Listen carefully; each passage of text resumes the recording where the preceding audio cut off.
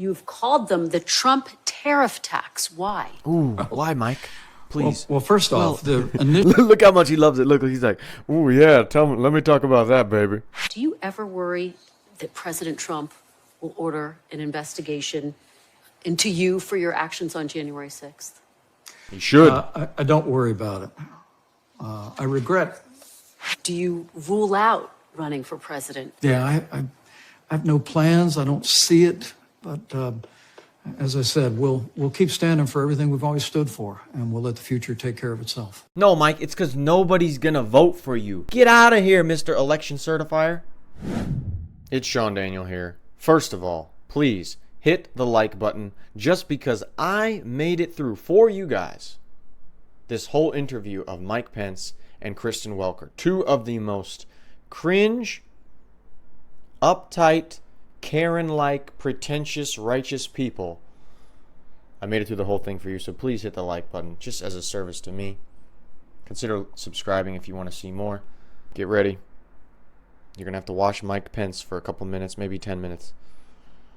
Let's go. Let me ask you about President Trump's first official overseas trip to the Middle East this week, where he met with the newly installed president of Syria. He dropped all of the sanctions against that country despite Israel's opposition. The trip included stops in Saudi Arabia, Qatar, and the UAE, but he did not stop in Israel. Sir, what message do you think President Trump's trip sent to Israel overall? Let me guess, Mike's not going to like it. Wild guess. Well, first off, I think it was a very successful trip for the American economy. The president secured financial commitments in all three countries, including a historic contract for purchasing Boeing aircraft that'll really support American jobs. And I don't gainsay that. But Kristen, I've never been a fan of American presidents criticizing America on foreign soil. And to have the president in Saudi Arabia questioning America's global war on terror and describing it as nation building and interventionist, I thought was a disservice to generations of Americans who wore the uniform, who took the fight to our enemy, in Afghanistan and in Iraq. Particularly giving that speech in Saudi Arabia, where 15 of the 19 9/11 hijackers hailed from, and not including Osama bin Laden, I thought was unfortunate. Let me ask you about another aspect of President Trump's trip. I gotta give him, that was a good spin he did. That was a good spin on that answer, Mike. You are a polished politician. He said that he was going to accept a $400 million luxury jet from Qatar to use as a temporary Air Force One. He said he'll eventually donate that to his presidential library. Do you think President Trump should accept a military aircraft from Qatar? Well, I think first we've got to remember who Qatar is. We've got a military base there. I have members of our immediate family that have deployed to the region. But Qatar has a long history of playing both sides. They support Hamas. They supported al-Qaeda. Qatar has actually financed pro-Hamas protests on American campuses across the United States. And so the very idea that we would accept an Air Force One from Qatar, I think, is inconsistent with our security, with our intelligence needs, my hope is the president reconsiders it. I think if Qatar wants to make a gift to the United States, they ought to take that $400 million and plow it into infrastructure on our military base. So you're saying President Trump should turn down this plane? I think he should. I think, look, others have observed there are profound issues, the potential for intelligence gathering, the need to ensure the president of the United States is safe and secure as he travels around the world. And of course, also there are very real constitutional issues. The Constitution prohibits public officials from accepting a present, in the words of the Constitution, a present from a foreign state. Now, they may have some basis through chain of title, through avoiding that. But I think it's just a bad idea, and my hope is the president will think better of it. See, Mike was making a good point. I was like, mark this moment down in history. Mike Pence, for the first time in a long time, made a good point. And then he had to switch it to, well, public officials cannot get gifts from foreign countries. Bro, like you haven't. Like all the other politicians, all the other old GOP people have not. But you want to sit there acting all pompous with your chapstick on, lips ready. That little sleazy look that he's got. Oh my God, he looks like he will pat you on the back and then grab a knife and stab you in the same second. Oh, he was making a good point, and then he goes and twists it a little too far there, Mikey Mike. Let me ask you about an issue that you raised. President Trump's tariffs obviously have Two sleazy people in the same room. I'm cringing right now. My neck is like freezing up. She's like, let me ask you. been a big theme of this second administration. President Trump says foreign countries pay for the tariffs. He says they're going to make the country rich. And yet you have said, you've called them the Trump tariff tax. Why? Ooh, why, Mike? Please. Well, first off, the initial Look how much he loves it. Look, he's like, ooh, yeah, let me talk about that, baby. Trump tariff tax. Look at this, ready? Why? Look. Well, first off, the initial reciprocal tariffs that he unveiled would be the largest peacetime tax hike on the American people in the history of this country. As I said, I'm glad he's paused that. And as we're seated here, I understand the president is going to make an offer to 150 countries. But look, he and I talked many times about trade. Here in Indiana, we're one of the leading exporting states in the country. What we make here, what we grow and raise here, we sell around the world. I've always believed that trade means jobs, but I came to respect President Trump's willingness to use the threat of tariffs to negotiate, as we did with the new trade deal with Canada and Mexico. We renegotiated South Korea. We were well down the road of a trade agreement with Japan, with the UK, with the EU during our time. But there's no question in this administration that he is surrounded, it appears to me, with people that nurture his more protectionist instincts. And as the president has said to me many times, he has a sense that other countries pay tariffs. When the reality is, when Americans buy goods overseas, the company that imports those goods in this country pays the tariff, and more often than not, passes that along in higher prices to consumers. And I worry about inflation. We just heard Walmart made the announcement that they'll be raising prices in the wake of these tariffs. My view of tariffs overall is this: we ought to be aggressively negotiating for free trade with free nations. We ought to use the threat of leverage to bring down trade barriers and subsidies. That's actually a good point, Mike. Actually a good point. Use them to negotiate. See, the other liberals, the CNN, the NBCs, they won't say that. They'll be like, tariffs are bad, the money's only going to get put, the tariff's going to come down to the consumer. Mike at least realizes, well, you got to play hardball sometimes. You got to use tariffs as a threat. But of course, he's not going to fully support what Trump does. No surprise there. Well, to that point, let me ask you about the tariffs from the first term. They added some $80 billion in higher prices for Americans, increased prices on things like tires and washing machines. Why didn't you say they're a tax during the first administration? Well, I probably did in the hallways, but the president gets to make the decision. You told President Trump that directly? Well, sure. How did he respond? Look, when you're vice president of the United States, my view was always this: I'd favor the president with the full range of my opinion in private. And then when he made the decision, my job was to support his decision, absent some higher calling or higher obligation that one has. And I fully supported his approach on tariffs, but I was never confused about who pays tariffs. Now, that's an understandable question. When you are second in command, you're the VP, your job in private is to help the leader, the president, think things through and voice your opinion, but publicly to back him, to show a united front. Mike's been around the block. That's exactly what you're supposed to do. That's a pretty mature answer. I'm impressed to hear that. Now, we all disagree with that when he went with the whole January 6th thing and certifying the election, but this is very true. Approach on tariffs, but I was never confused about who pays tariffs. Let me ask you about the war in Ukraine. There were talks in Turkey this week between Russia and Ukraine, but none of the principals were there. President Zelensky wasn't there. President Putin wasn't there. President Trump wasn't there. President Trump said the only way to get a deal is for him to meet with Putin face to face. Knowing what you know about Vladimir Putin, Mr. Vice President, do you think he will ever be serious about making a deal? This is going to be good. It's been roughly 3 years since Russia launched its unprovoked, brutal invasion into Ukraine.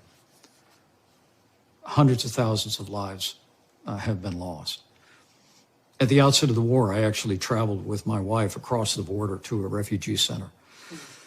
Saw hundreds and hundreds of women and children of every age fleeing from the Russian invasion. I would return there a year or so back and meet with President Zelensky and hear again about the horrors and depredations of the Russian military. Look, I've met Vladimir Putin. My judgment is Vladimir Putin only understands strength. And, President Zelensky has agreed to a ceasefire, a 30-day ceasefire that our European allies called for. And Vladimir Putin calls a meeting that he doesn't show up for. So I honestly think the time has come for President Trump to impose harsh sanctions on Russia and also to increase military support for Ukraine.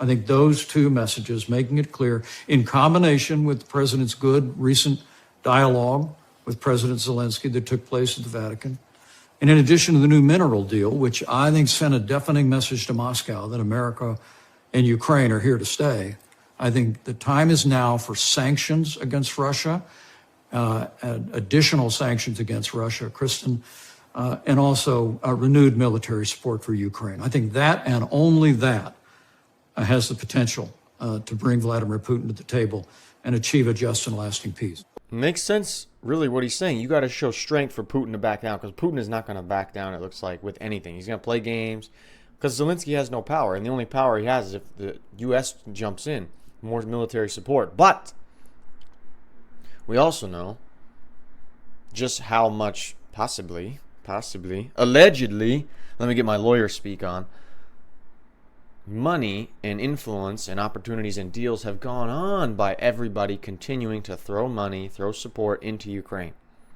Mike is a long-time politician.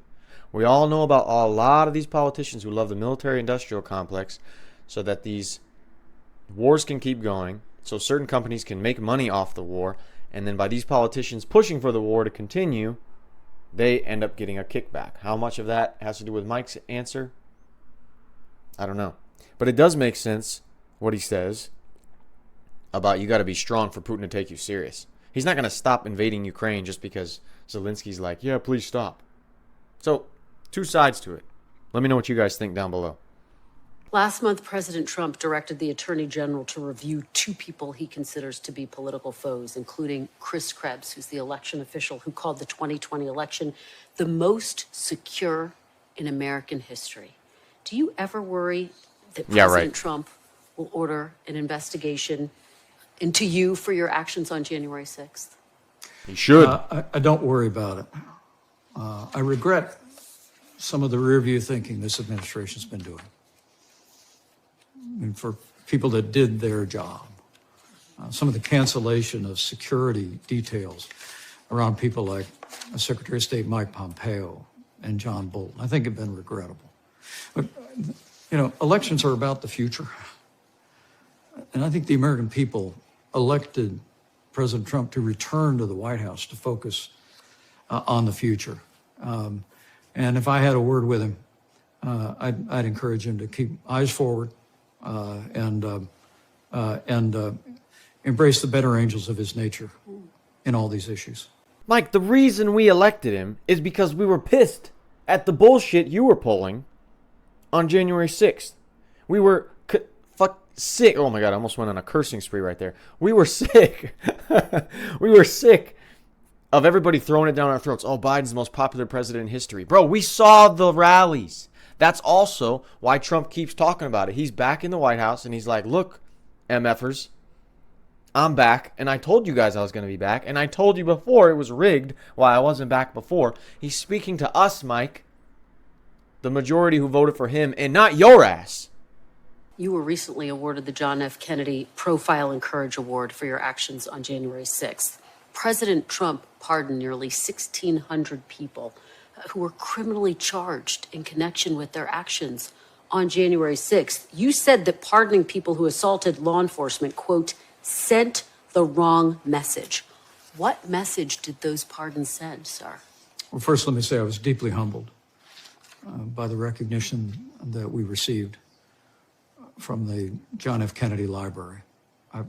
President Kennedy was a hero from my youth, still is, and to be in any way associated with his legacy and Americans that he wrote about in his famous book was one of the greatest honors of my life, and I'm truly grateful.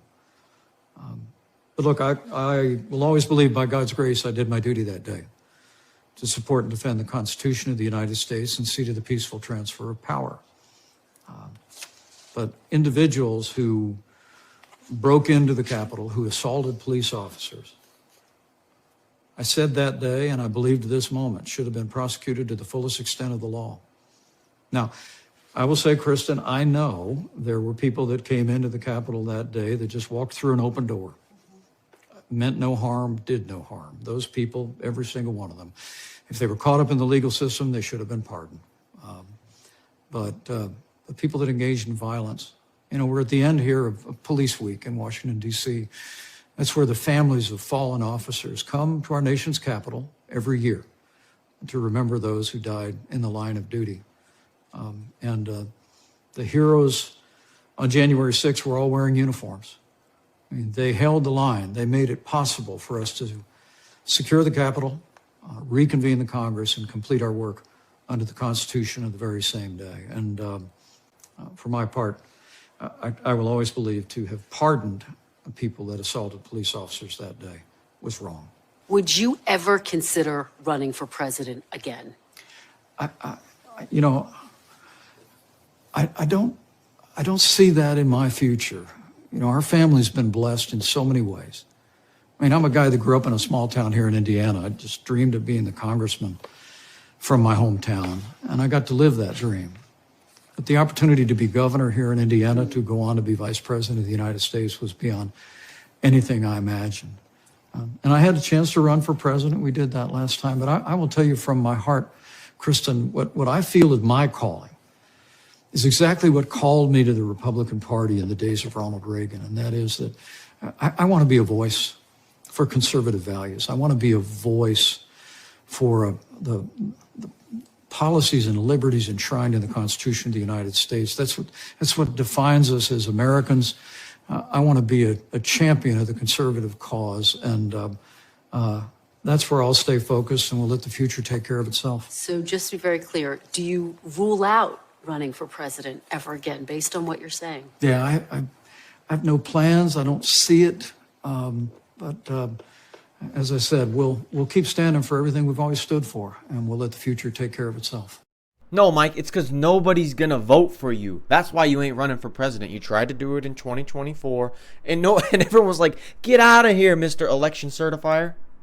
And now we know what you stand for, Mike, and that's bending the knee to the pressures of D.C. That's why we don't like you anymore. And that's why you go on That's why you go on NBC, Meet the Press, and they're like, oh, Mike, oh, you're so great, da-da-da-da. If you have NBC liking you and giving you these soft questions, tells you a lot about where you stand. It's itsSeanDaniel here. If you enjoyed the video, consider liking and subscribing, and I'll see you in the next one. There's another video right here you can watch too. Oh, I hate watching Mike Pence, but I did it for you guys.